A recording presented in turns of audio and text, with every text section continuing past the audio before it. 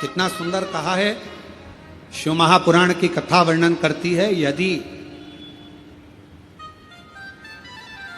किसी भी अष्टमी तिथि को 12 महीने में शुक्ल पक्ष कृष्ण पक्ष की अष्टमी तिथि पड़ती है, यदि किसी भी अष्टमी तिथि को अगर किसी ने नियम बनाया 5 अष्टमी का, 8 अष्टमी का, 7 अष्टमी का, एक कनेर का पुष्प शिवजी के शिवलिंग को समर्पित करना, अशोक सुंदरी के स्पर्श करना, और जो जलाधारी होती है, जैसे ये शिवलिंग है, ये जलाधारी है, तो पहले शिवलिंग पर स्पर्श, फिर अशोक सुंदरी का स्पर्श, फिर जलाधारी पर कनेर का पुष्प शिव जी की ओर मुख कर कर, अर्थात जैसे मानो ये कनेर का पुष्प है, तो ऐसा शिवलिंग का स्पर्श करते हुए जलाधारी पर जो समर्पित करता है, भगवान शंकर उसके मन की कामना को पूर्ण जरूर करते हैं। एक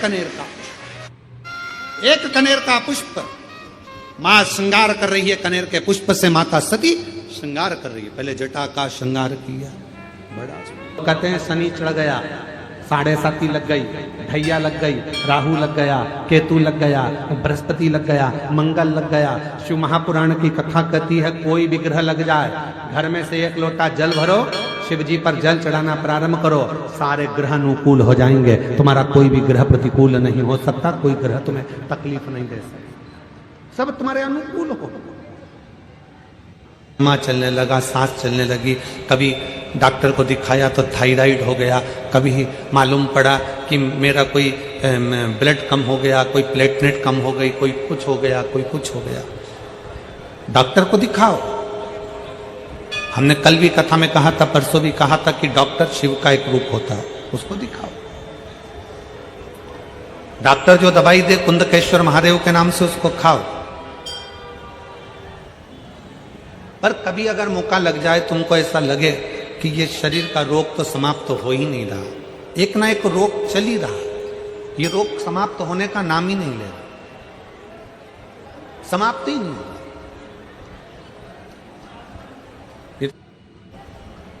फिर पिपलेश्वर महादेव का नाम लेकर, पिपलेश्वर महादेव का नाम लेकर कुछ भी मीठा जो बना सकते हो, हलवा बना सकते, लड्डू बना सकते हो तो लड्डू, जो तुम घर में मीठा बना सकते हो, उसका केवल 7 ग्रास का अन्न। कितने ग्रास? जम के बोलो जरा। 7 ग्रास। 7 ग्रास मतलब 7 कोर, 7 ग्रास का अन्न एक पात्र में ले लो, और पिपलेश्वर महादेव का नाम लेकर किसी भी शिवालय में, शंकर के मंदिर में जाकर एक बेलपत्र रखकर, उस जो प्रसाद तुम बना कर ले गए हो, जो तुम भोग बना कर ले गए हो, उसका स्पर्श कर कर पिपलेश्वर महादेव का नाम लेकर शंकर को उस भोग को रखकर, बेलपत्र रखकर शिवजी को 7 बार एक ही लोटे का जल, केवल 1 लोटे का जल 7 बार उत्तर की ओर मुख कर कर, दक्षिण में खड़े होकर शंकर के शिवालय पर 7 बार एक ही लोटे का जल 7 बार थोड़ा थोड़ा कर कर उसको गिरा दे, शिव जी के ऊपर चढ़ा दे 7 बार। बाद में जो प्रसाद पर आपने बेलपत्र रखी है, उसी बेलपत्री को उठाकर शंकर के शिवलिंग पर चढ़ा दीजिए। बाबा को प्रणाम करिए, बाबा मेरे शरीर का रोग समाप्त नहीं हो रहा, गोलियां खा रही हूँ, दवाई खा रही हूँ, कुंदकेश्वर महादेव का नाम लेकर दवाइयां ले रही हूं, पर कभी घुटना, कभी कमर, कभी आंख, कभी थायराइड, कभी कुछ, कभी बीपी, कभी शुगर, कुछ ना कुछ चल ही रहा है। बाबा अब आपको संभालना। किसी भी दिन पिपलेश्वर महादेव का नाम लेकर वो चढ़ी हुई बेलपत्री लियाओ, प्रसाद लियाओ, घर पर आने पर जैसे ही घर के अंदर प्रवेश करो, सबसे पहले बेलपत्री को चबा चबा कर खा लो। फिर वो जो प्रसाद है, उस प्रसाद को 7 गांठ से थोड़ी थोड़ी देर में 7 बार में उसको खा लेना। बाबा देवाधिदेव महादेव का नाम लेकर, पिपलेश्वर महादेव देव का नाम लेकर प्रणाम कर कर जल का आचमन, हाथ की हथेली में जल लेकर 7 बार आचमन कर लीजिए और शिव का, पिपलेश्वर महादेव का नाम ले लीजिए। धीरे धीरे 15 दिन लगेंगे और 15 दिन में बीमारियां अपने आप कम होना प्रारंभ हो जाएगी और बाबा आपका हाथ पकड़कर आगे बढ़ा।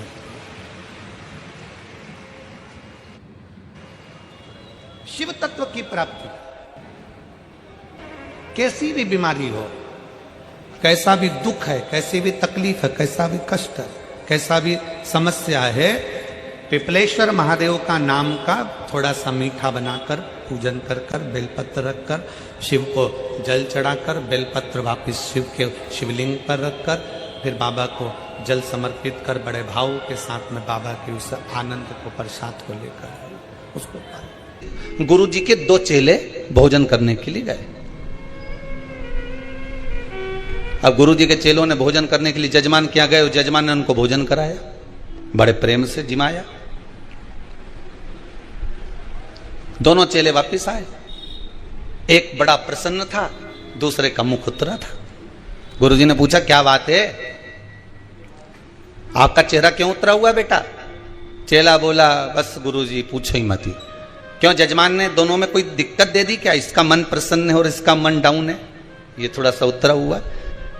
तेरे को आसन अच्छा नहीं लगाया था क्या? नहीं, दोनों को एक जैसा आसन लगाया था। अच्छा, तो भोजन में अंतर था क्या? इसको ज्यादा खीर खिला दी हो, तेरे को खीर कम दे दी हो? नहीं नहीं गुरुजी, भोजन भी एक जैसा खिलाया। तो दक्षिणा कम थी क्या? नहीं नहीं गुरुजी, 2-2 रुपए दोनों को दिए। फिर दिक्कत क्या हुई बता? तो चेला बोला कि गुरुजी मेरा मुंह इसलिए उतरा है, मैं तो सेठ जी के यहां भोजन करने गया था तो मुझे लगा था कि सेठ जी 10 रुपया देंगे, पर उनने तो जम के तो बोलो 2 रुपए ही दिए। अच्छा, फिर गुरुजी ने पूछा दूसरे चेले से, ये बता तू इतना प्रसन्न क्यों है? अरे गुरुजी, मुझे तो लग रहा था कि सेठ जी इतना कंजूसड़ा है, इतना कंजूसड़ा है कि 8 आने से ज्यादा देगा नहीं या 1 रुपया से ज्यादा देगा नहीं, पर जब मैं भोजन करने गया और उसने 2 रुपए दिया नहीं, तो हमारा तो दिल प्रसन्न हो गया गुरुजी, इतना आनंदित हो गया कि मेरा मन प्रसन्नित हो गया। दोनों गए थे भोजन करने के लिए, दोनों को आसन लगाया गया, दोनों को भोजन कराया गया, दोनों को दक्षिणा दी गई। बस एक चेले के मन में थोड़ी आशा ज्यादा लग गई थी कि इतना मिलेगा, और दूसरे के मन में यह था कि थोड़ा भी मिल गया, अगर प्रेम से मिल गया और विश्वास से मिल गया, सत्यता में मिल गया, ईमानदारी का मिल गया, थोड़ा सा भी मिल गया तो ये मेरी जिंदगी संवार देगा।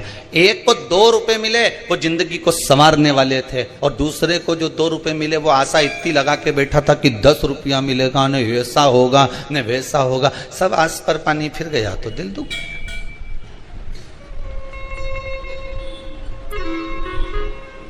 शास्त्र कितनी सुंदर बात कहता है, आशा एक राम जी से दूजी आशा छोड़ दे, नाता एक भोले जी से दूजा नाता तोड़ दे, साधु संगे राम रंगे अंग अंग रंगी है, जाई विधि राखे भोले ताई विधि रही है। तुम्हारे मन चित्त वृत्ति जिस भाव में भगवान रखे उस भाव में रहने का प्रयास करिए। जहां भगवान जिस भाव से रखने का प्रयास करे आपको, उस भाव से रहिए महाराज।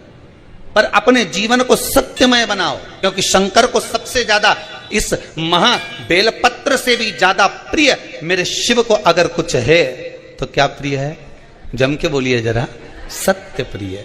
शिव को अगर बेलपत्र से भी ज्यादा अगर कुछ प्रियता लगती है, मेरे भोलेनाथ को अगर इस बेलपत्र से भी ज्यादा प्रिय है तो वो सत्य प्रिय है। सत्यम शिवम सुंदरम, सत्य प्रिय है।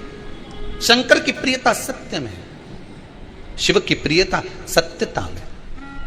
और जब हम सत्य की ओर अग्रण्य होते हैं महाराज, जीवन सार्थक हो जाता है। शिव महापुराण एक बहुत सुंदर बात कहती है।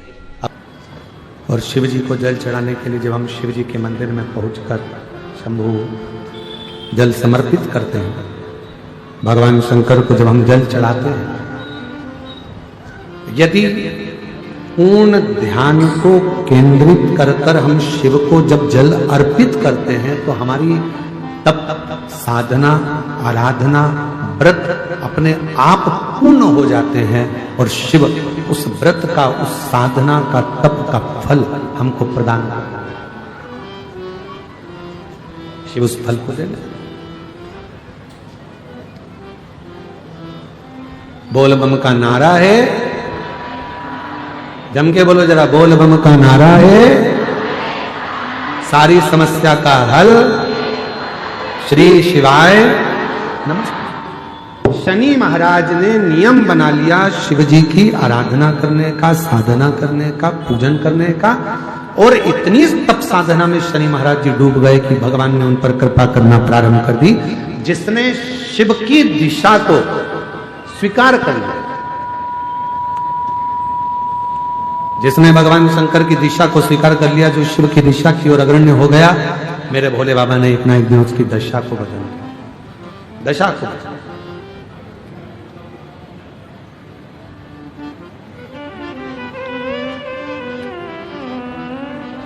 महाराज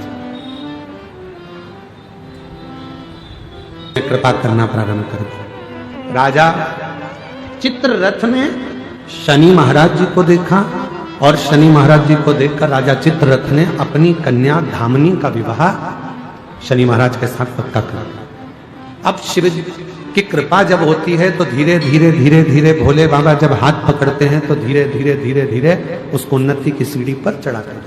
अब देखिएगा, जब धामनी के साथ में विवाह हो गया, शनि महाराज जी विवाह कर आ भी गए। शंभु शंभु शंभु शंभु शंभु शंभु शंभु, धीरे कम कर दो, आवाज क्लियर कर दो, प्रेशर बढ़ा दो, कहा कर आए। समय बीत गए और कुछ वर्ष निकलने के बाद धामनी पुत्र की कामना से कि मेरे घर में पुत्र का जन्म हो, इस कामना से शनि महाराज जी के पास पहुंची। पर शनि महाराज जी साधना में लीन थे, धामनी को देखा भी नहीं। जब धामनी पर ध्यान नहीं गया, धामनी को जब देखा नहीं, ध्यान गया ही नहीं शनि महाराज का धामनी के ऊपर। धामनी बहुत देर तक खड़ी रही शनि महाराज जी के पास, पर धामनी को देखा भी नहीं। क्रोध आ गया धामनी को। जैसे ही शनि महाराज जी उठकर खड़े हुए और धामनी को क्रोध आया, और धामनी ने कहा, शनिदेव, तुम्हारी अर्धांगिनी धर्मपत्नी तुम्हारे पास में खड़ी थी और आपने अपनी दृष्टि तक नहीं दी, देखे तक नहीं हो।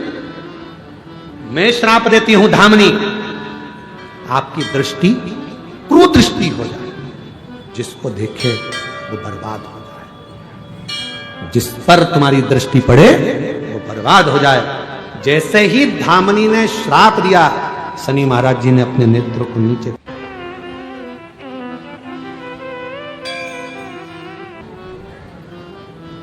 और जैसी दृष्टि नीचे हुई,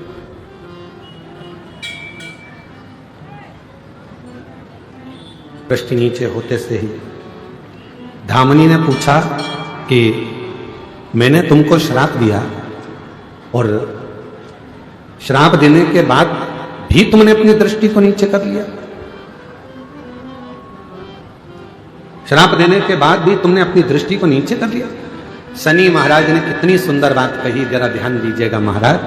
कितना सुंदर विचार शनि महाराज ने कहा कि धामनी, मैं तुझे बहुत प्रेम करता हूं, तूने श्राप दे दिया कि तुम जिसको देखोगे कुदृष्टि होगी और वो बर्बाद हो जाएगा, इसलिए मैं तुझे अब देख भी नहीं सकता, अब देख भी नहीं सकता, क्योंकि तुझे देखूंगा और तू बर्बाद हो जाएगा, ये मुझे प्रिय नहीं। अब मैं तुझे देख भी नहीं सकता, अब मैं तुझे देखूंगा। कभी कभी मेरी जीजियों, मेरे जीजाओं, मेरी बेटियों, बेटाओं, मेरी माताओं, मेरे बुजुर्ग माता पिता, कभी कभी अपनी जिंदगी में भी ऐसा मोड़ आ जाता है कि हम गुस्से में आकर किसी को भी हर कुछ बोल देते हैं और बाद में फिर पछताना पड़ता है।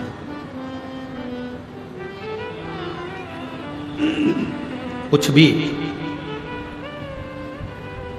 कई माताएं तो अपने आप को कोसती रहती हैं। शनि महाराज उसी पल उसी घड़ी शिव की आराधना में डूब गए, भगवान शंकर की आराधना कर,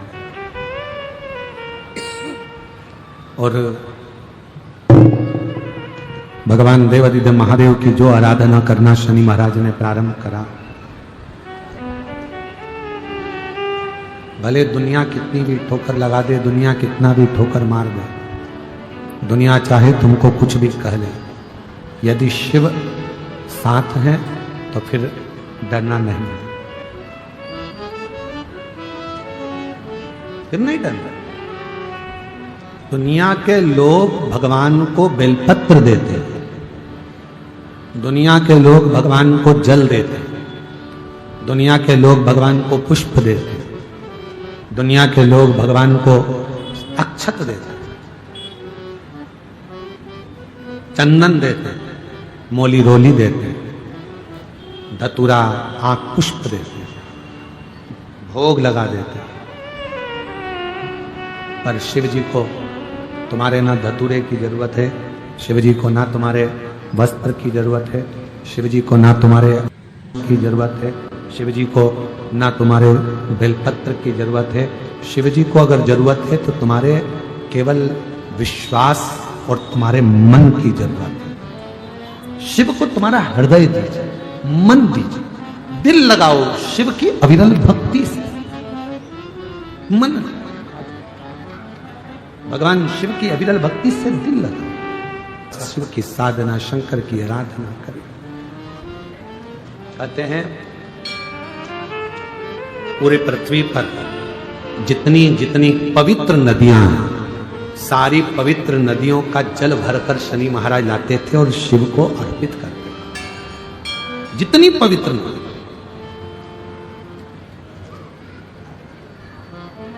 लोग कहते हैं कि कावड़ यात्रा में हम जाते हैं सीहोर कुबरेश्वर धाम पर कावड़ भरते हैं। सीहोर की कावड़ इतनी सफलता देती है, सीहोर की कावड़ इतनी उन्नति देती है, कारण केवल कावड़ तुम नहीं भरते, भगवान परशुराम जी ने कावड़ भरी, लंकापति रावण ने कावड़ भरी, शनि महाराज जी ने कावड़ भरी, स्वयं बुद्ध ने कावड़ भरी, कावड़ स्वयं बृहस्पति कावड़ भरते हैं। ऐसा कोई ग्रह नहीं जिसने कावड़ न भरी, चाहे मंगल देव हो, बुद्ध देव हो, चाहे जो बृहस्पति देव, सभी, केवल तुम नहीं, सभी। शनि महाराज पवित्र पवित्र नदियों के तट पर जाते हैं, जल लाते हैं, शिव प्रसन्न हो गए, भगवान ओगड़दानी बड़े प्रसन्न।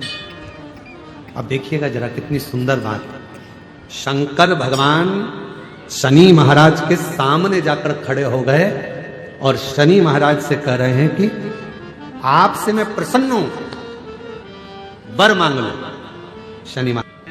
शनि महाराज से कहा, शनिदेव क्या बात है, हम तुम्हारे सामने खड़े हैं और तुम हमको देख भी नहीं रहे, आप दर्शन भी नहीं कर रहे, फिर आपने मुझे जल क्यों चढ़ाया जब आप दर्शन ही ना करो तो? शनि महाराज नीचे दृष्टि कर कर शंकर भगवान को हाथ जोड़कर कहते हैं, भोले बाबा मैं आपको नहीं देख सकता क्योंकि मेरी धर्म पत्नी ने मुझे श्राप दिया है कि तुम जिसको देखोगे वो बर्बाद हो जाएगा, उस पर कुदृष्टि का असर हो जाएगा, इसलिए मैं आपको देख नहीं सकता। शंकर भगवान कहने लगे, शनि महाराज चिंता मत करो, आप मुझे देखो, केवल आपने मुझे देख ही लिया तो तुम्हारी कुदृष्टि भी सुदृष्टि हो जाएगी, क्यों चिंता कर, आप मुझे देखो। शनि महाराज ने कहा आप पर कुदृष्टि का असर नहीं होगा।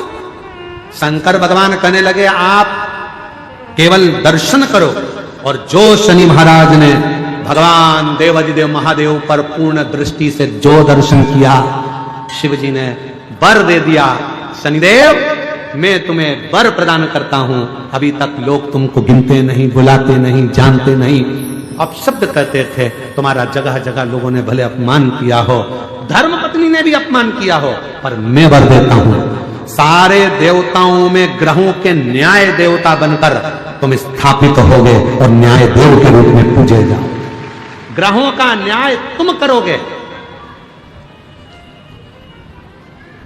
तुम शनिदेव मैं तुम्हें वर देता हूं, तुम्हारी पत्नी ने श्राप दिया कि तुम कुदृष्टि दोगे उन पर जो गलत करेंगे, पर सुनो शनिदेव, अगर कोई भूल से भी मेरे शिवालय में आकर, शंकर के मंदिर में आकर शिवलिंग पर अगर कोई जल चढ़ाएगा, उस पर तुम्हारी कितनी भी कुदृष्टि हो वो सुदृष्टि हो जाएगी, अच्छी दृष्टि हो जाएगी, उस पर दोष नहीं लगेगा।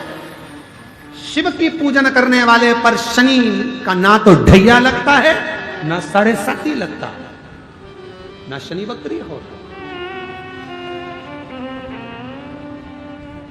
तुमने मेरी आराधना और मेरी साधना करी। साधना क्यों भटकते हो?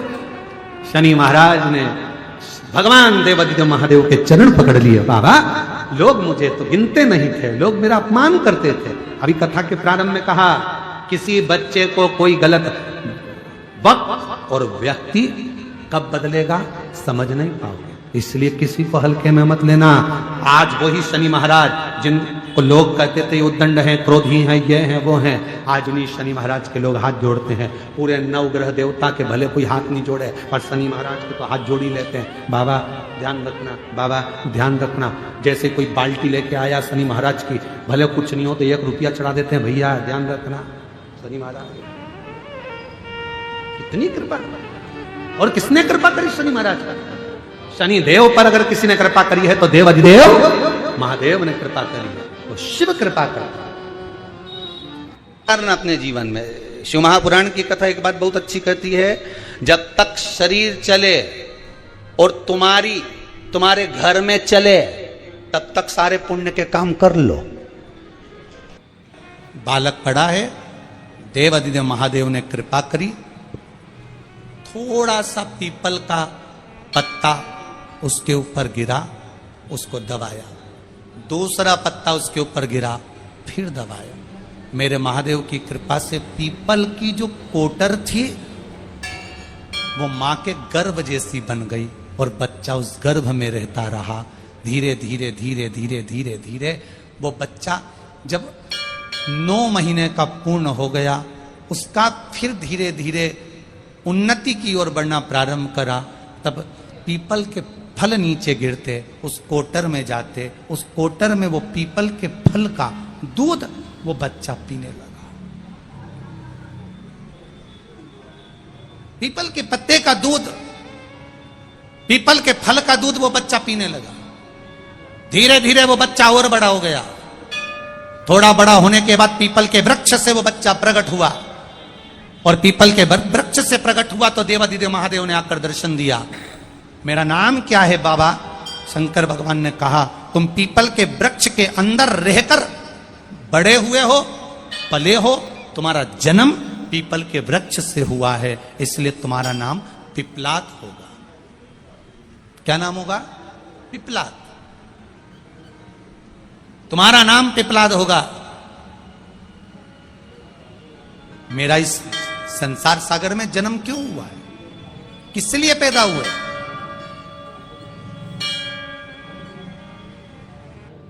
संसार सागर में जन्म का कारण क्या है हमारा? एक बात बहुत अपनी जिंदगी में उतारिएगा, रखिएगा। कई लोग सोचते हैं मेरा जन्म भगवान ने क्यों करा, मैं तो मर जाऊं तो अच्छा। किस लिए जन्म हुआ? मर जाऊं तो अच्छा। भगवान इस मृत्यु लोक में अगर आपको रखा है तो केवल यूं ही नहीं रखा है। पहले भी कथा में कहा, आज फिर कहते हैं, इतनी सारी बहुएं बैठी हैं, इतनी सारी माताएं बैठी हैं, अपने कमरे में ये बहुएं, ये माताएं अटाले का सामान कभी नहीं रखती है। अपने कमरे में ये बहुएं, ये माताएं हमेशा अच्छा सामान रखती है। खुद का फोटो होगा तो रखेगी, पति का फोटो होगा तो रखेगी, अच्छा वीआईपी सामान गुलदस्ता होगा तो रखेगी, कोई अच्छी चीज होगी तो अपने कमरे में रखेगी, कोई फालतू का सामान। माँ कभी भी अपने लड़के, जब तक लड़का कुंवारा रहता है ना, माँ उसके सामने कभी ऐसे नहीं फटकती। क्यों? क्योंकि मालूम है माँ को, अगर इसके सामने ऐसा फटका दे दूंगी तो दहेज नहीं आएगा। इतनी चतुर होती है माँ। उसके छोरा हट, क्यों फटकना है, हट उधर उधर उधर उधर। वो नहीं हटे तो माँ ऐसी घूम ही जाए और यूं फटक। उसमें 2 कोने होते हैं। शिव महापुराण की कथा कहती है, जीवन में बनो तो सुपड़े जैसे बनो, अच्छाई को अपने पास रखो और बुराई को छोड़ते चलो। बुराई पटको। पर कई लोग दिन भर चलनी जैसे कान लगा के बैठे रहे, क्या बोली क्या बोली, पटको।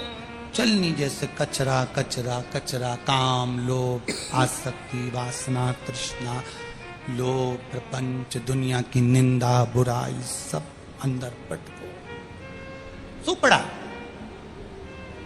बहुत कम। कोई मां, कोई व्यक्ति अपने कमरे में अटाला नहीं रखता, अपने कमरे में वीआईपी चीज रखेगा, सामान अच्छा रखेगा, अच्छी चीजें अपने कमरे में रखेगा। जो साड़ी अच्छी है उसको अलमारी में रखोगे, जो किसी काम की नहीं उसको उठाकर रख दोगे, जो रकम काम की है सोना चांदी की उसको अलमारी में, जो बेकार है उसको उठा के बाहर।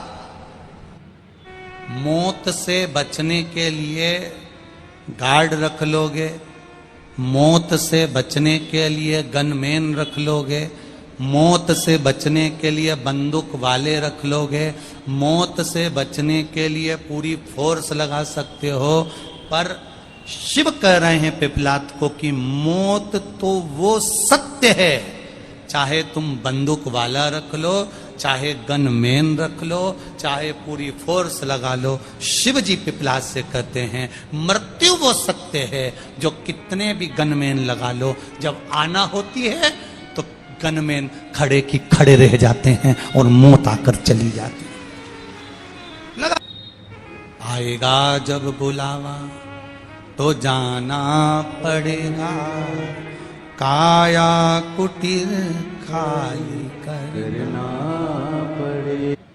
जिस चादर पर सोए होगे चादर फेंक दी जाएगी, जिस गादी पर सोगे गादी फेंक दी जाएगी, जिस कपड़े को पहने रहोगे मरे समय पर वो कपड़ा फेंक दिया जाएगा।